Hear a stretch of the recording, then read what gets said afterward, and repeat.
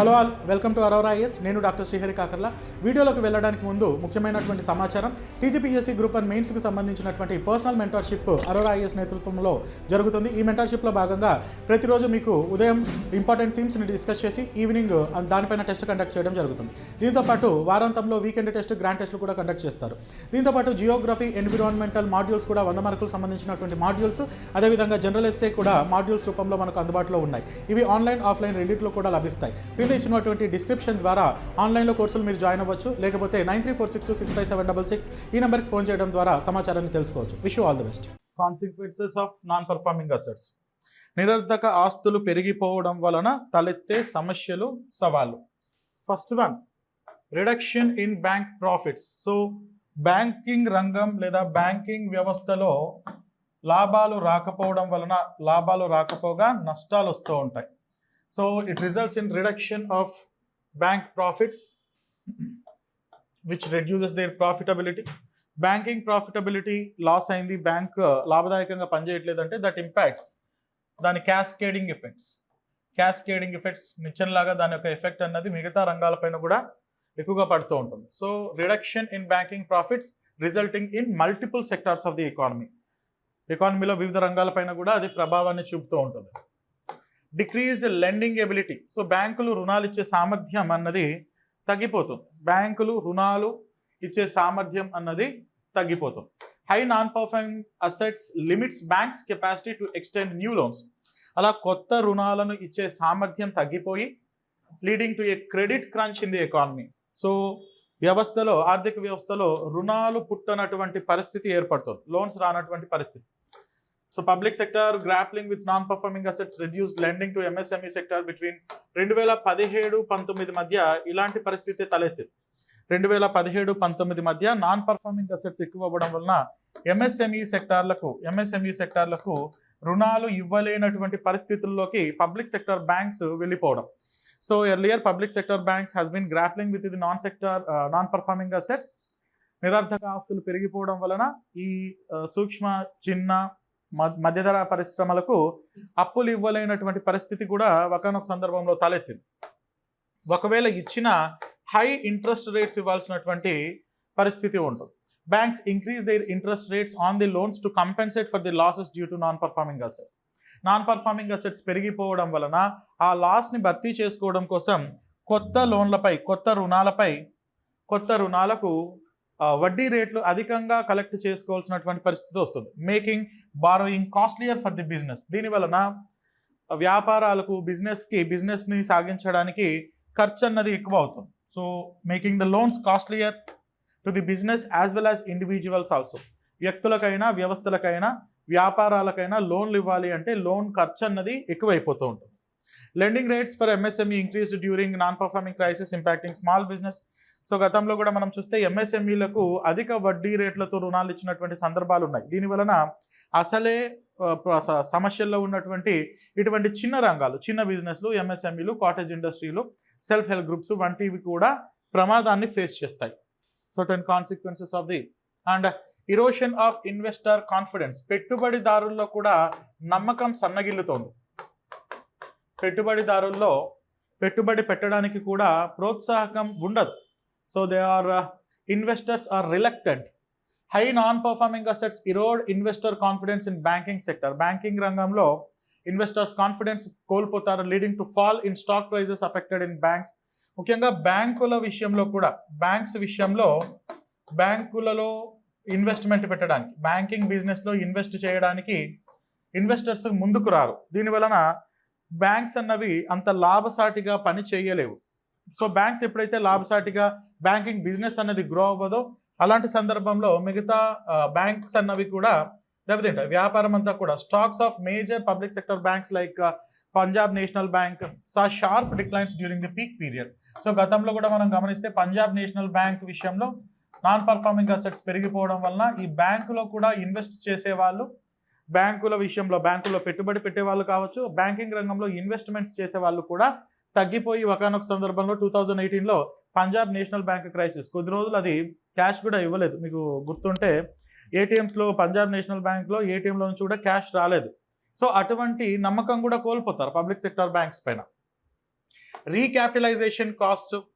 So recapitalisation అంటే బ్యాంకుల్ని మళ్ళీ తిరిగి గాడిలో పెట్టడానికి బ్యాంకులకి మళ్ళీ సపోర్టివ్గా డబ్బులు పెట్టాల్సినటువంటి ప్రభుత్వం పబ్లిక్ సెక్టర్ బ్యాంక్స్ అయితే వాటిని రీక్యాపిటలైజేషన్, వాటిని మూలధనాన్ని పెంచి లేదా మూలధనాన్ని ఇచ్చే అవకాశాలు కూడా, మూలధనం ఖర్చు అన్నది ఎక్కువైపోతుంది.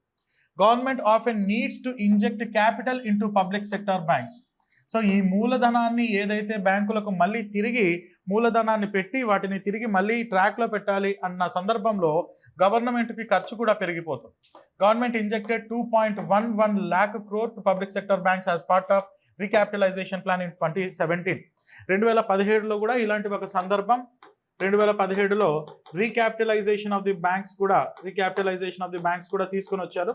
ఆ సందర్భంలో మళ్ళీ కూడా దాదాపుగా 2 లక్షల కోట్లు పబ్లిక్ సెక్టర్ బ్యాంక్స్లో అదనంగా మనం పంపు చేయాల్సినటువంటి పరిస్థితి ఏర్పడింది. ఇది ప్రభుత్వం పైన ఒత్తిడిని క్రియేట్ చేస్తుంది. Weekend banking sector, overall banking sector health, banking రంగం యొక్క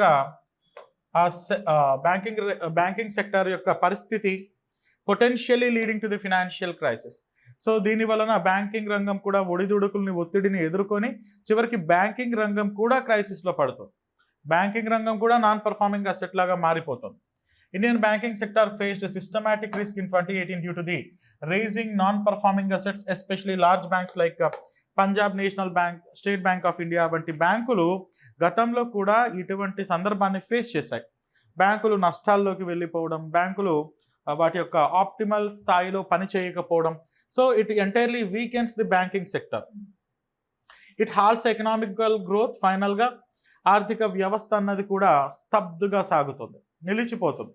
సో ఆర్థిక వ్యవస్థ, ఎకనామికల్ గ్రోత్, ఆర్థిక వృద్ధి, lack of lending and reduced investment leads to non performing assets, stifles economic growth and development.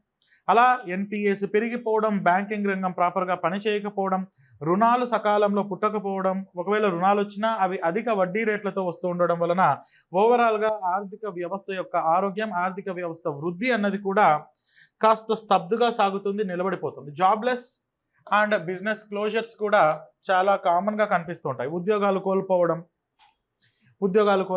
బిజినెస్లు, వ్యాపారాలు మూసివేయడం. Non performing assets in key industries like steel, power result in closure of companies and loss of jobs. Steel రంగము, power రంగము, విద్యుత్ రంగము వంటివి అధికంగా ఉద్యోగాలను కల్పించే రంగాలు వంటివి ఉద్యోగాలు కూడా కోల్పోయే పరిస్థితి, ఉద్యోగాలు ఇవ్వలేనటువంటి పరిస్థితి. Several companies in steel and textile sectors shut down during 2016-18. 2016-18 మధ్య చాలా బిజినెస్లు కూడా ఇలా డిస్ట్రెస్కి లోనై ఇబ్బందులు పడి ఉద్యోగాలు కూడా పోయినటువంటి పరిస్థితి మనకు చాలా సందర్భాల్లో గతంలో కనిపిస్తోంది. So these are some of the consequences. So ఇవి మనం ఆర్గనైజ్ చేసుకుంటాం. చిన్న ఇండస్ట్రీస్, ఎంఎస్ఎంఈస్ లాంటి ముఖ్యమైన ఇండస్ట్రీస్కు అప్పులు పుట్టకపోవడం and priority projects like housing, education, transportation, roadways, foreign exports వంటి కీలకమైనటువంటి వ్యూహాత్మక రంగాలకు రుణాలు సకాలంలో అందకపోవడం, వ్యవసాయం వంటి వాటిని ఆల్రెడీ అవి ప్రాబ్లమ్ని ఫేస్ చేస్తున్నాయి. వ్యవసాయానికి రుణాలు పుట్టకపోవడం, తద్వారా ఓవరాల్గా ఆర్థిక వ్యవస్థ వృద్ధి నశించిపోవడం, ఉద్యోగాలు కోల్పోవడం, వ్యవసాయం కోల్పోవడం అండ్ మన మిగతావి కూడా అంటే మోనోపాలీ పెరిగిపోవడం, కొన్ని కంపెనీస్ మాత్రమే మార్కెట్ని మోనోపలైజ్ చేసుకోవడం, ఇటువంటి సవాళ్ళు మనకు తరచుగా కనిపిస్తూ ఉంటాయి. అలాంటి ఒక తీవ్రమైనటువంటి ప్రాబ్లం నాన్ పర్ఫార్మింగ్ అసెట్స్. ఇలాంటి నాన్ పర్ఫార్మింగ్ అసెట్స్, నిరర్ధక ఆస్తుల విషయంలో వీటిని పరిష్కరించడానికి ప్రభుత్వం ఎటువంటి చర్యలను గతం నుండి కూడా ప్రోత్సహిస్తూ వస్తుందన్న విషయం ఒకసారి చూస్తే, గతంలో మనకు కొన్ని చట్టాలు కానీ కొన్ని అంశాలు ఉన్నాయి. Like recovery of debts due to banks and financial institutions act, ఆర్డిబి చట్టం ఉండేది గతంలో. ఆర్డిబి act 1993. Recovery of debts due to banks and financial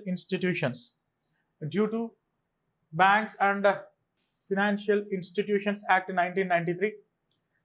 It established debt recovery tribunal. రుణాలను అంటే అప్పులను లేదా బ్యాంకింగ్ ఆదాయంలో ఆస్తులను తిరిగి పొందడానికి సంబంధించి ట్రైబ్యునల్ని కూడా ఇది ఏర్పాటు చేసింది. బ్యాంకింగ్ వ్యవస్థలో నాన్ పర్ఫార్మింగ్ అసెట్స్ని, నిరర్ధక ఆస్తులని మళ్ళీ తిరిగి పొంది బ్యాంకుల్ని లాభసాటిగా నడిపించడం కోసం డెప్ట్ రికవరీ ట్రైబ్యునల్, డెప్ట్ రికవరీ అపీలేట్ ట్రైబ్యునల్స్ని కూడా ఎస్టాబ్లిష్ చేశారు గతంలో ఈ యాక్ట్ని బేస్ చేసుకొని. 1993 డెప్ట్ recovery appellate tribunals to quickly adjudicate and recover debts owing to banks and financial institution. త్వరితగతిన ఆ సమస్యలను పరిష్కరించి బ్యాంకులు ఎన్పిఏస్లో కూరుకుపోకుండా ఉండడం కోసం ఈ యొక్క ట్రైబ్యునల్స్ని కూడా ఏర్పాటు చేసి సమస్యల పరిష్కారం కోసం గతంలో ప్రభుత్వం ఈ యొక్క చట్టాన్ని తీసుకొని వచ్చింది. ఆ తర్వాత మనకు చాలా ముఖ్యమైనటువంటి చట్టం SARFAESI act. SARFAESI act 2002. Securitisation, ఇదంతా చాలా పెద్ద పదం. సర్ఫేసీ అన్నది బాగా ప్రాచుర్యంలో ఉన్నటువంటి పదం. Securitisation and reconstruction of financial assets and enforcement of security interest act. SARFAESI act 2002. It empowers banks and financial institutions to take possession and sell secured assets of defaulting borrowers. దివాలా తీసినటువంటి కంపెనీకి సంబంధించినటువంటి దివాలా తీసినటువంటి కంపెనీ లేదా కార్పొరేట్కి సంబంధించినటువంటి ఆస్తులను, అసెట్స్ని and కొలేటరల్స్ని ఏదైతే నమ్మకం కోసం పెడతారో కొలేటరల్ ఆస్తులను అమ్మి ఆ దివాలా తీసినటువంటి కార్పొరేట్స్ నుండి ఆస్తులను అమ్ముకొని బ్యాంకులు తిరిగి నాన్ పర్ఫార్మింగ్ అసెట్స్ని తగ్గించుకోవడం కోసం తీసుకొచ్చినటువంటి act SARFAESI act. It empower banks and financial institutions to take possession, ఆస్తులను వాళ్ళను స్వాధీనం చేసుకొని and cell secured assets, so ఆస్తులను అమ్ముకొని డిఫాల్ట్ ఎవరైతే దివాలా తీశారో బారోవర్స్ వితౌట్ కోర్ట్ ఇంటర్వెన్షన్ లేకుండా ఇలా వీళ్ళు చేసే ప్రయత్నం చేశారు. సర్ఫేసీ యాక్ట్ ద్వారా బ్యాంకులే ఆ యొక్క ప్రాసెస్ని స్టార్ట్ చేస్తాయి. కొద్ది రోజులు చూస్తాయి, దానికి సో లిమిటేషన్స్ దాటిపోయిన తర్వాత సో మీరు దివాలా తీసినట్లుగానే పరిగణించబడిందని నోటీసులు ఇచ్చి ఆ తర్వాత వాళ్ళు రెస్పాండ్ కాకపోతే ఆస్తుల్ని ముందుగానే రెగ్యులేషన్స్ అగ్రిమెంట్స్ని బేస్ చేసుకుని జాతీయం చేసుకుంటారు. అలా తీసుకున్న తర్వాత వాటిని అమ్ముకొని అంతో ఇంతో లబ్ధి పొందడం కోసం చేపట్టినటువంటి చట్టం సర్ఫేసీ యాక్ట్. ఆ తర్వాత ఇవి రెండు కూడా పెద్దగా ప్రామినెన్స్ని ఇవ్వలేదు. That is the reason why 2016లో చాలా అద్భుతమైనటువంటి కోడ్ని తీసుకొని వచ్చారు, ఒక స్మృతి. Insolvency and bankruptcy code 2016. Insolvency and bankruptcy code 2016. రుణాల ఎగవేత మరియు దివాలా స్మృతి 2016. సో రుణాల ఎగవేత, రుణాలను కట్టకుండా ఎగవేయకుండా దివాలా తీయకుండా ప్రత్యేకంగా దీనికోసం ఒక కోడ్ ఆఫ్ యాక్టివిటీస్ని ప్రమోట్ చేసినటువంటి అంశం ఈ 2016 ఇన్సాల్వెన్సీ బ్యాంక్రప్సీ కోడ్. ఈ కోడ్ యొక్క ప్రధాన ఉద్దేశం కనుక చూస్తే ఐబీసీని సపరేట్గా రాసుకోండి. ఐబీసీ అన్నది దాంట్లో ఉంటుంది. నాన్ పర్ఫార్మింగ్ అసెట్స్ని హ్యాండిల్ చేయడంలో ప్రధానంగా మనకున్నవి ఏవి? డెప్ట్ రికవరీ ట్రైబ్యునల్, సర్ఫేసీ యాక్ట్. వాటిని సూపర్సీడ్ చేసి ఇప్పుడు ఒకటే యాక్ట్ ఉంది, అన్నీ కూడా ఈ పరిధిలోకే వస్తాయి. ఈ ఇన్సాల్వెన్సీ బ్యాంక్రప్సీ కోడ్ అని సపరేట్గా పెట్టుకొని రాయొచ్చు. చాలా ఇంపార్టెంట్ ఇప్పుడు IBC. So this code aimed to address the issue of non performing assets and డెప్ట్ డిఫాల్ట్స్. దీని యొక్క ప్రధాన ఉద్దేశం ఏంటంటే దివాలా అంశాలు, కార్పొరేట్ దివాలా మరియు రుణాల ఎగవేతకు సంబంధించినటువంటి అంశాల పరిష్కారం కోసం తీసుకొచ్చినటువంటి నియమావళి. అది ఒక స్మృతి, అంటే it is a code that has to be followed.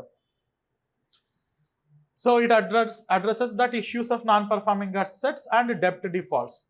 Time period for insolvency resolution as mentioned in the code. So దీనికి ఒక పర్టికులర్ టైం పీరియడ్లో దీని ఒక ఇన్సాల్వెన్సీ అండ్ బ్యాంక్రప్సీని పరిష్కరించడం కోసం తీసుకుని వచ్చారు. With in the time period ఒక నిర్దిష్ట కాలములో దివాలా అంశాలను పూర్తిగా సెటిల్ చేసి ఎక్కడికక్కడ ఎవరికి నష్టాలు రాకుండా, వీలున్నంత వరకు నష్టాలు రాకుండా చేయడం కోసం తీసుకొచ్చినటువంటి అంశం. The code aims to resolve insolvencies in a strict time bound manner. So ఒక నిర్దిష్ట కాలంలో ఈ యొక్క అంశాలను పరిష్కరిస్తుంది. Insolvency and bankruptcy code initially set 180 రోజుల లోపల ఈ యొక్క దివాలా అంశాలను పరిష్కరించడం కోసం దీన్ని తీసుకొని వచ్చారు. Deadline for concluding the resolution process allowing a potential extension of దీనికి పరిస్థితిని బట్టి ఇంకొక 90 రోజుల వరకు కూడా ఎక్స్టెండ్ చేసే అవకాశం కూడా ఉంటుంది. కానీ దీనికి అమెండ్మెంట్స్ చేశారు. సబ్సిక్వెంట్ అమెండ్మెంట్స్ ఇటీవల 2018లో అమెండ్మెంట్స్ చేసి 330 రోజులు, ఇప్పుడు అయితే ఏంటంటే 330 రోజుల లోపల 330 రోజుల లోపల దివాలా ప్రక్రియను పూర్తి చేయడం కోసం తీసుకొచ్చినటువంటి ఒక నియమావళి లేదా స్మృతి. Subsequent amendments to the IBC extended the overall timeline for the completion to 330 days. 330 రోజుల లోపల. This includes any extension or litigation. ఇది లిటిగేషన్లో ఉన్న ఎక్స్టెన్షన్ తీసుకోవాలనుకున్నా, డిఫాల్టర్ నాకు కొంచెం టైం ఇవ్వండి అని అడిగినా ఏమైనా సరే 330 రోజుల లోపల పని పూర్తి అవ్వాలి. But in exceptional cases time limit may be extended even beyond. పరిస్థితిని బట్టి అక్కడక్కడ, ఎందుకంటే డబ్బులతో వ్యవహారం కదా, అంత కఠినంగా ఉంటే కుదరదు, ఏదో ఒక రకంగా లాక్కోవాలి. సో అలా లాక్కోవడం కోసం ప్రభుత్వం ఈ యొక్క చట్టాన్ని తీసుకుని వచ్చింది. 330 రోజులు, పరిస్థితిని బట్టి ఇంక్రీజ్ చేయొచ్చు. Aims and objectives of insolvency in bankruptcy code. దీని యొక్క లక్ష్యాలు ఏంటి అన్నది చూస్తే, consolidation and amendment of the all existing insolvency laws in India. భారతదేశంలో దివాలా చట్టాలను అన్నింటినీ కూడా, భారతదేశంలో దివాలా చట్టాలన్నింటినీ కూడా కన్సాలిడేట్ చేసి, అంటే ఒక సారూప్యత, ఏకరూపం ఇచ్చి ఒకే చట్టంలాగా మార్చినటువంటి, ఒకే నియమావళిలాగా మార్చడం. రకరకాల ఆస్పెక్ట్స్ ఉంటాయి, రకరకాల లొసుగులు కూడా ఉంటాయి. అన్నింటినీ కలిపి దివాలాకు సంబంధించి ఇదే final. Simplification and expedition of insolvency and bankruptcy proceedings in India. భారతదేశంలో దివాలా మరియు రుణాల ఎగవేత ప్రక్రియ వేగవంతం చేసి, సులభతరం మరియు వేగవంతం చేసి ఈ నిరర్ధక ఆస్తుల సమస్యను పరిష్కరించడం కోసం simplification and expeditious completion of insolvency and bankruptcy processes in Indian banking industry. ఈ యొక్క దివాలా పన్నుల ఎగవేత ప్రక్రియను సులభతరం చేయడంతో పాటు వేగవంతం చేసి నాన్ పర్ఫార్మింగ్ అసెట్స్, ఈ యొక్క నిరర్ధక ఆస్తులకు సంబంధించినటువంటి ప్రక్రియను వేగవంతంగా త్వరితగతిన కంప్లీట్ చేయడం దీని యొక్క ప్రధాన ఉద్దేశం. Protection of interest of creditors, రుణదాతలు మరియు దీనికి సంబంధించినటువంటి రుణదాతలు మరియు ఆ కంపెనీలో ఉన్నటువంటి ఇతర స్టేక్ హోల్డర్స్, ఇతర భాగస్వాములు ఎవరైతే ఉన్నారో ఆ పర్టికులర్ కంపెనీ, దివాలా తీస్తున్నటువంటి కంపెనీలో ఉన్నటువంటి ఇతర భాగస్వాములు మరియు రుణదాతలు ఇద్దరి యొక్క ఇంట్రెస్ట్ కూడా పరిగణలోకి తీసుకొని ఎవరికి నష్టం జరగకుండా చేయడం కోసం ఈ ప్రక్రియను తీసుకొని వచ్చారు. It protects the interest of creditors as well as the stake holders of the company. So main stake holder 51% పెట్టిన ఆయన ఒక ఆయన ఉంటాడు, మిగతా 49% పెట్టిన వాళ్ళు మిగతా స్టేక్ హోల్డర్స్ ఉంటారు. దివాలా తీస్తే ఈ 49 స్టేక్ హోల్డర్స్ పెట్టిన వాళ్ళు ఏం చేయగలుగుతారు? వాళ్ళు కూడా నష్టపోతారు. కాబట్టి వాళ్ళకు కూడా నష్టం జరగకుండా రుణదాతల్లో కూడా ఒకరే ఉండరు, వీళ్ళు గ్రూప్ ఆఫ్ రుణదాతలు ఉంటారు. ఎస్బీఐ నుంచి కొంచెం, పిఎన్బి నుంచి కొంచెం, ఐసిఐసి నుంచి కొంచెం, అలా రకరకాలు తీసుకుంటారు. అదంతా కూడా మళ్ళీ దాన్ని కన్సాలిడేట్ చేసి ఆ స్టేక్ హోల్డర్స్ అంతని కలుపుకొని ప్రతి ఒక్క అంశాన్ని పరిష్కరించి ఎవరికి అన్యాయం జరగకుండా చూడడం కోసం. Reviving the company in a time bound manner. So అలా దివాలా తీసినటువంటి కంపెనీని ఒక టైం బౌండ్ మేనర్లో, కాలాన్ని బట్టి లేకపోతే నిదానంగా ఆ కంపెనీని తిరిగి పునరుత్తేజపరిచి ఆ కంపెనీ లాభదాయకంగా పనిచేసేటట్లుగా చేయడం. ఇమీడియట్గా దివాలా తీస్తేనే క్లోజ్ చేసి ఎవరి ఆస్తులు వాళ్ళు పీక్కుపోవడానికి కోసం కాదు ఇది. సో దాన్ని మళ్ళీ కంపెనీని డెవలప్ చేయడం కోసం, అందుకోసమే ఇన్సాల్వెన్సీ బ్యాంక్రప్సీ ప్రొఫెషనల్స్ని కూడా ఏర్పాటు చేయడం జరిగింది. Will see that. So 4 aims: consolidation and amendment of all existing laws with respect to the NPAs, simplification of the process of resolution, protecting the interests of the creditors as well as the company, reviving the company in a time bound manner. ఈ 4 అంశాలు మనం గుర్తుంచుకోవచ్చు. And positive outcomes, దీని వలన వచ్చినటువంటి positive outcomes IBC వలన మనకున్నటువంటి కాస్త positive outcomes చూస్తే, increase in the rate of recovery of the lenders. గతంతో పోలిస్తే రేట్ ఆఫ్ రికవరీ రేట్ అన్నది గతంలో పెరిగింది. Lok Adalat, Debt Recovery Tribunal, Surface Act, which were the recovery mechanisms available to lenders before enactment of the IBC, had a low recovery rate. గతంలో మనకున్నటువంటి recovery సంస్థలైనటువంటి డెప్ట్ recovery tribunal, అదేవిధంగా SARFAESI డెప్ట్ recovery tribunal, SARFAESI recovery rate అన్నది 23% గానే ఉంది. However, under the new IBC regime, the recoveries has raised to 43%. IBC వచ్చిన తర్వాత రికవరీ రేటు దాదాపుగా 100కు 43 రూపాయల వరకు రికవర్ చేసుకోగలుగుతున్నారు. Shift of focus to resolution rather than liquidation, ఇది చాలా ఇంపార్టెంట్.